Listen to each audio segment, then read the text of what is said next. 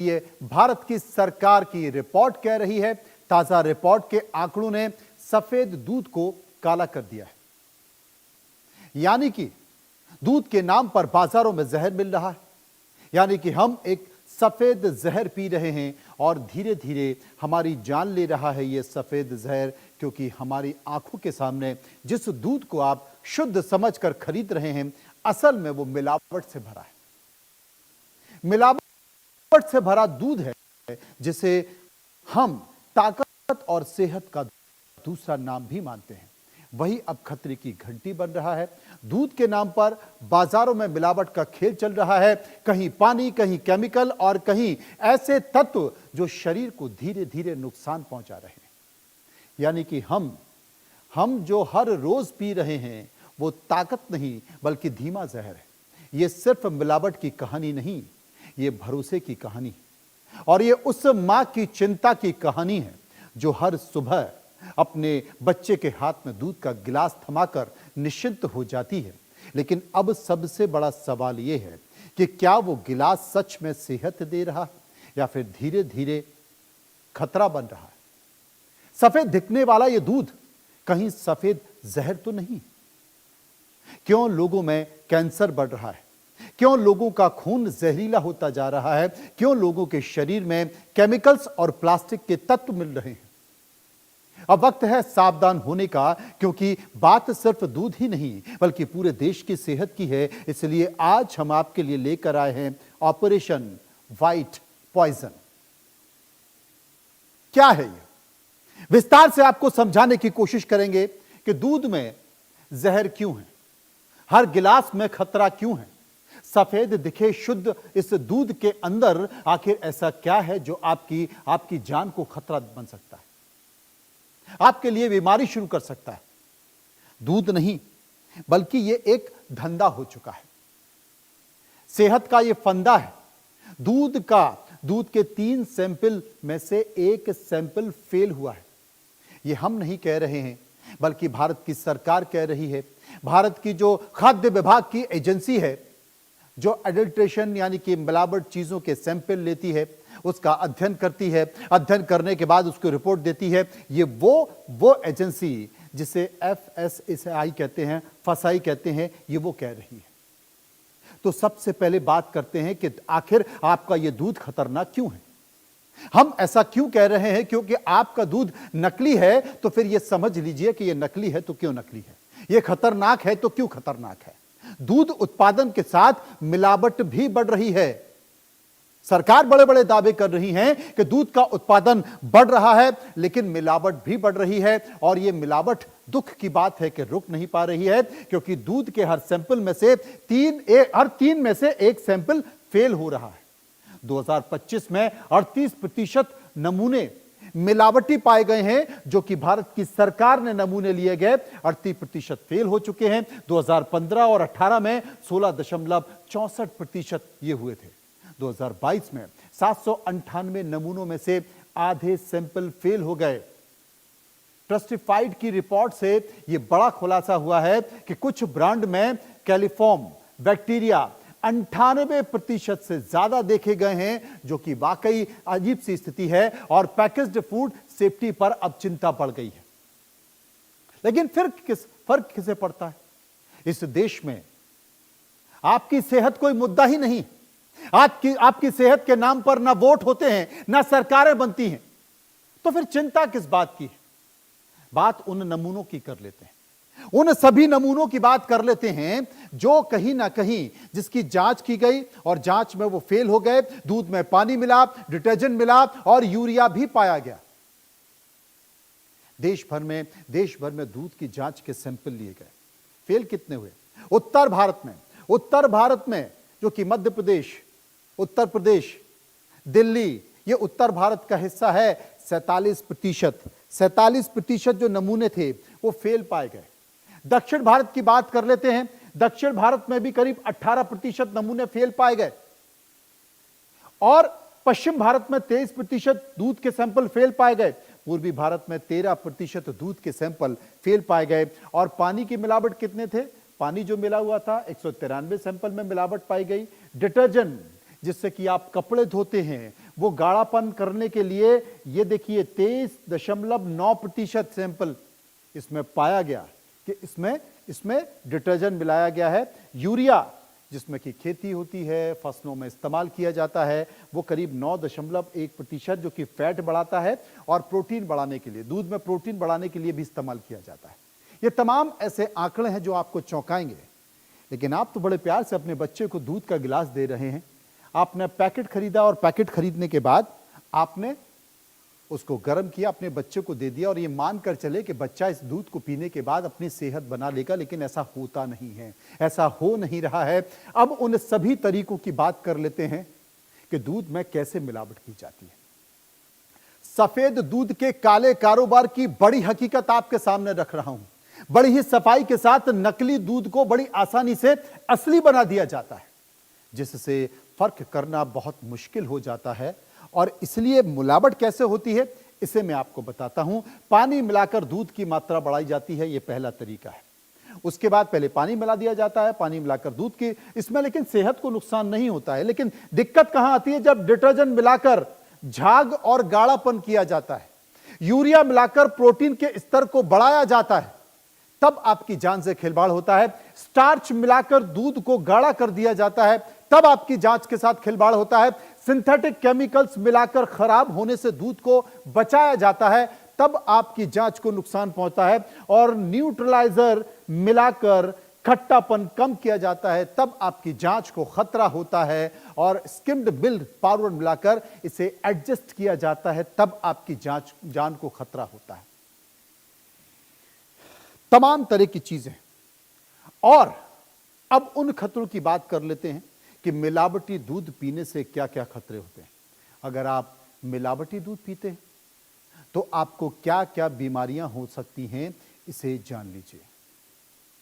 पेट संबंधी परेशानियां होती हैं, उल्टी, दस्त, ये तमाम तरह की चीजें हैं। उल्टी, दस्त संबंधी चीजें होती हैं, पेट दर्द होता है, आपको एसिडिटी होती है, इसके साथ साथ फूड पॉइजनिंग होती है, बैक्टीरिया जैसे कि कॉलीफॉर्म से संक्रमण हो सकता है, किडनी पर असर हो सकता है, यूरिया से किडनी डैमेज हो सकती है जो कि आजकल बहुत ज्यादा हो रही है, लिवर पर इसका प्रभाव हो सकता है जो कि बहुत ज्यादा हो रहा है, केमिकल मिलाकर जो लिवर है उस पर असर होता है, और इसके साथ साथ त्वचा और एलर्जी भी होती है जो कि डिटर्जेंट से एलर्जी होती है, त्वचा में जलन होती है। बच्चों पर असर क्या होता है, इम्यूनिटी उनकी कमजोर हो जाती है, पोषण की कमी हो जाती है, गंभीर संक्रमण और क्रॉनिक बीमारी का जोखिम बच्चों पर बना होता है। ये तमाम सारी चीजें। अब आपको यह समझने की जरूरत है कि कौन कौन से ऐसे केमिकल हैं जिनका इस्तेमाल किया जाता है मिलावट में। क्योंकि जब नकली दूध बनाया जाता है तो नकली दूध होता है तो उसमें किन किन केमिकल का इस्तेमाल किया जाता है यह आपको समझने की जरूरत है। क्योंकि जिनको मिलाकर मिलावटखोर दूध को असली दिखाने की कोशिश करते हैं, और जब असली दिखाने की कोशिश करते हैं तो उनमें क्या मिलाते हैं, अब गौर से मैं आपको बताने जा रहा हूं कि क्या क्या ये मिलाते हैं। इसमें ये मिलाते हैं यूरिया, जो आपको ग्राफिक के तौर पर दिखाई दे रहा है। मिलावट करने के लिए यूरिया का इस्तेमाल करते हैं, यूरिया मिलाया जाता है। डिटर्जेंट मिलाया जाता है जो कि कपड़े धोने में काम आता है। फॉर्मेलिन जो कि एक बहुत खतरनाक केमिकल है, फॉर्मेलिन मिलाया जाता है। सोडियम कार्बोनेट, बाइकार्बोनेट मिलाया जाता है। हाइड्रोजन पेरोक्साइड मिलाया जाता है, स्टार्च मिलाया जाता है, और सिंथेटिक केमिकल्स भी मिलाया जाता है। ये तमाम तरह की चीजें हैं जो दूध में मिलावट के तौर पर इस्तेमाल की जाती है। अब एक बहुत बहुत महत्वपूर्ण जानकारी आपको देने जा रहा हूं, आप सुनेंगे तो चौंक जाएंगे, क्योंकि यह सरकारों के लिए बहुत अहमियत नहीं रखता है। क्योंकि सरकारें बनती नहीं हैं, वोट इस पर पड़ते नहीं हैं। सेहत को लेकर कभी आपने देखा है कि कोई नेता सेहत के मुद्दे पर चुनाव जीत गया हो, हार गया हो? इसलिए ये हो रहा है। अब दूध के सैंपल की जांच को लेकर लैब्स की बात कर लेते हैं कि कितने लेबोरेटरी हैं, देश भर में कितनी लैब हैं जहां पर दूध की जांच होती है। आप कल्पना कीजिए, 2024 के आंकड़ों के हिसाब से देश में जिले कितने हैं? 806 जिले। लेकिन मिलावटी पदार्थों की जांच के लिए देश में लैब कितनी है?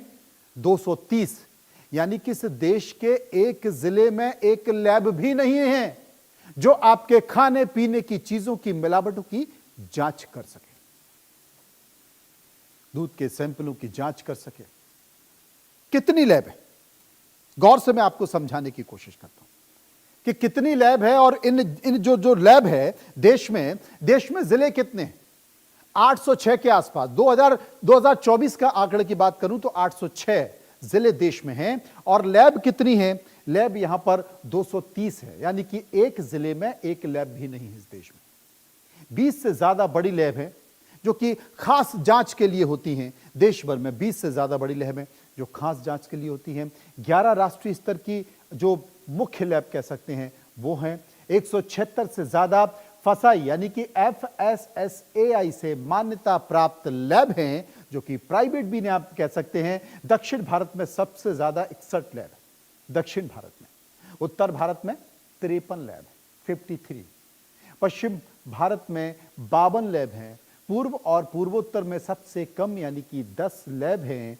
गांव कस्बों में मोबाइल लैब की बात की जाती है लेकिन सब भगवान भरोसे हैं। इस देश में 2024 का आंकड़ा बताता है कि 806 जिले हैं लेकिन इस देश में लैब 230 है, यानी कि एक जिले में एक लैब भी नहीं।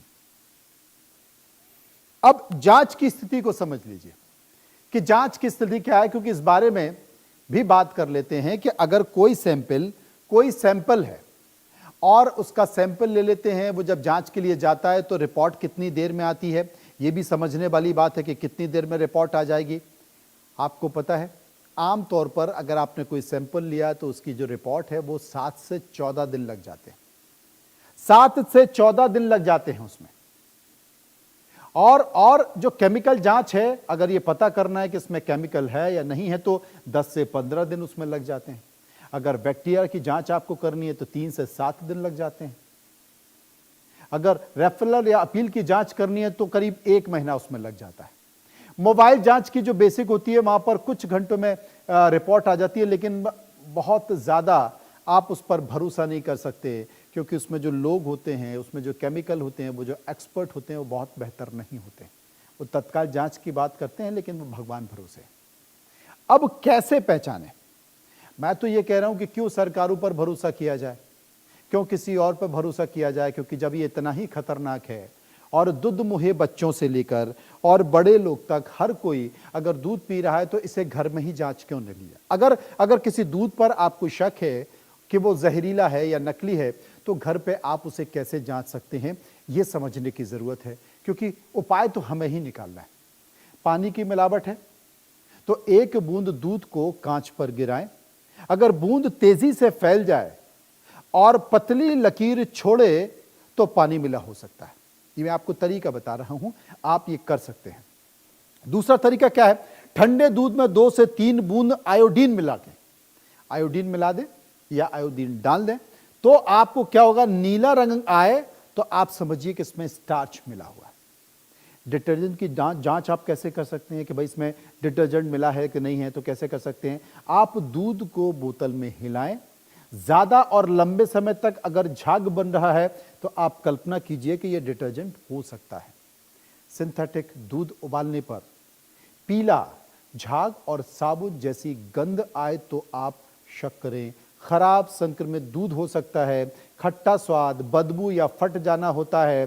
अब आमतौर पर देखिए बहुत सारे लोग घर पर ही घी निकाल लेते हैं, मलाई इकट्ठी करते हैं, घी निकालते हैं और घी निकालने के लिए जब आप उबालते हैं उसे तो उसमें अगर बदबू आ रही है, क्योंकि अच्छा शुद्ध दूध होता है, अगर उसमें खुशबू आ रही है तो वो शुद्ध है, और अगर उसमें स्मेल आ रही है तो आप समझिए कि ये मिलावट का दूध है।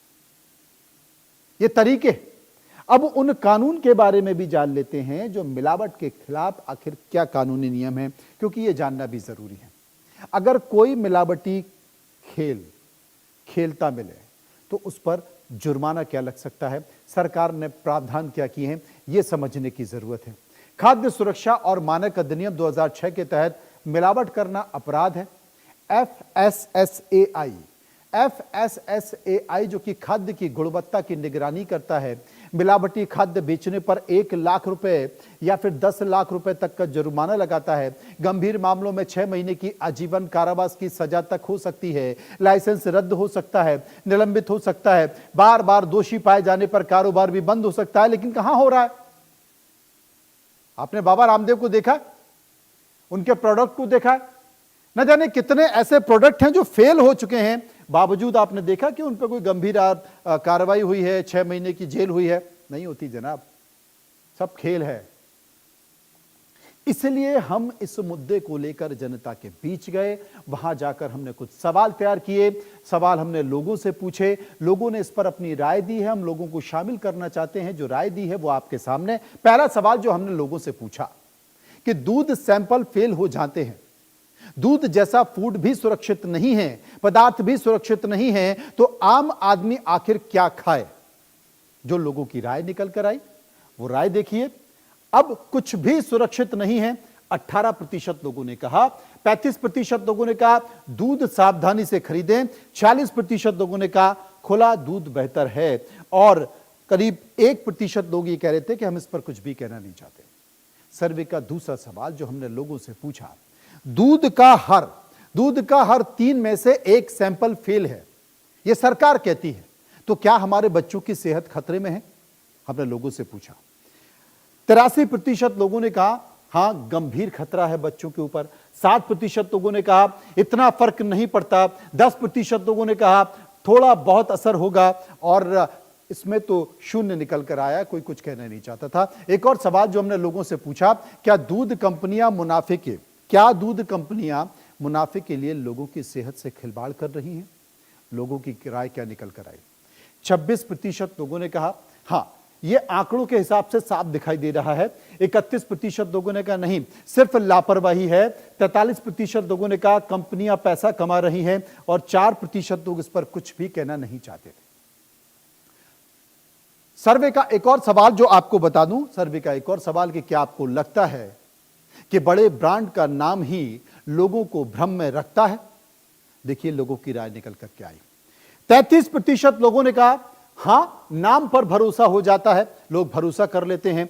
23% लोगों ने कहा नहीं, ब्रांड भरोसेमंद हैं, और 35% लोगों ने कहा हां, अब तो शक हो रहा है अगर ये आंकड़े सही हैं तो, क्योंकि ये आंकड़े भारत सरकार के हैं, मेरे तो है नहीं, तो स्वाभाविक तौर पर ये सही ही होंगे, तो इसलिए 35% लोगों ने कहा हां अब शक हो रहा है। 9% लोग इस पर कुछ भी नहीं कहना चाहते थे।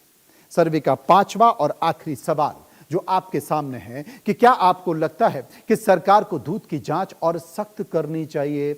अब लोगों की राय निकल करके आएगी। 47% लोगों ने कहा हां नियमित जांच होनी चाहिए, 3% लोगों ने कहा अभी की व्यवस्था ठीक है, और 46% लोगों ने कहा दूध पर सख्ती जरूरी है, क्योंकि ये सबके लिए पोषण का तरीका है, खासकर बच्चों के लिए जिसमें भगवान बसते हैं, और 4% लोग इस पर कुछ भी कहना नहीं चाहते। ये हमने इसलिए सर्वे कराया, लोगों की राय हमने इसलिए जानना चाहिए क्योंकि ये आपकी सेहत से जुड़ा हुआ मामला है, इसलिए भी जुड़ा हुआ मामला है। लेकिन क्या इस पर बहस हो रही है? इस पर इस देश में चर्चा हो रही है? क्या इस पर चर्चा हो रही है? और सबसे बड़ी बात है कि क्या ये मुद्दा आपकी सेहत, खाने पीने की चीजों पर चुनाव में हार जीत का फैसला होता है? लोग इस मुद्दे को चुनावी मुद्दा बनाते हैं, क्योंकि अगर चुनावी मुद्दा बनाते तो शायद 806 जिलों में से 230 लैब नहीं होती, 806 लैब होती, और शायद इसे मुद्दा बनाने की कोशिश करते। विस्तार से चर्चा करेंगे, समझने की कोशिश करेंगे। प्रदीप चक्रवर्ती, पूर्व डायरेक्टर फसाई यानी कि FSS है, ये हमारे साथ हैं। डॉक्टर विवेक गुप्ता, हेल्थ एक्सपर्ट हमारे साथ मौजूद हैं। प्रियंका राणा, सोशल एक्टिविस्ट हमारे पास मौजूद हैं। सबसे पहले मैं डॉक्टर प्रदीप चक्रवर्ती के पास चलूंगा। प्रदीप जी, आप तो फसाई में रहे हैं, जो कि गुणवत्ता को परखती है, खाने पीने की चीजों को देखती है, जांच भी करती है। लेकिन मैं जिस तरीके से आपसे पूछना चाहता हूं, इस देश में जिस तरीके से खाने पीने की चीजों का बाजार है, क्या आपको लगता है कि खाने पीने की चीजों की जो जांच है, दूध की जो गुणवत्ता है, वो बेहतर है या फिर नहीं है, और नहीं है तो क्यों है? देखिए, जो ब्रांडेड कंपनी जो है ना, जैसे अमूल, ये सब बिग कंपनी जो है, इनको तो जो क्वालिटी कंट्रोल हो काफी स्ट्रिक्ट है, और ये लोग एक्चुअली दूध जब खरीदते हैं उसी टाइम वो लोग देख लेते हैं ये दूध सही है कि नहीं, उसका बाद ही उसको प्रोसेसिंग करता है, पास्चराइजिंग करता है या स्टेरिलाइजिंग करता है। तो इसमें उतना दिक्कत नहीं है। दिक्कत एक्चुअली इसमें दो चीज है, एक है सबस्टैंडर्ड और एक है अनसेफ। सबस्टैंडर्ड जैसे दूध में अगर पानी मिला है तो वो सबस्टैंडर्ड हो जाता है, उसमें मिल्क सॉलिड नॉन फैट बहुत कम हो जाता है, फैट कंटेंट भी बहुत कम हो जाता है, तो वो सबस्टैंडर्ड है। बट उस वो भी कॉग्निजेबल ऑफेंस है, उसके लिए भी पनिशमेंट है।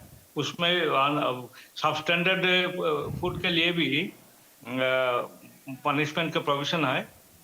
हमारा जो ये जो सेक्शन 51 जो है ना, तो इसमें सबस्टैंडर्ड फूड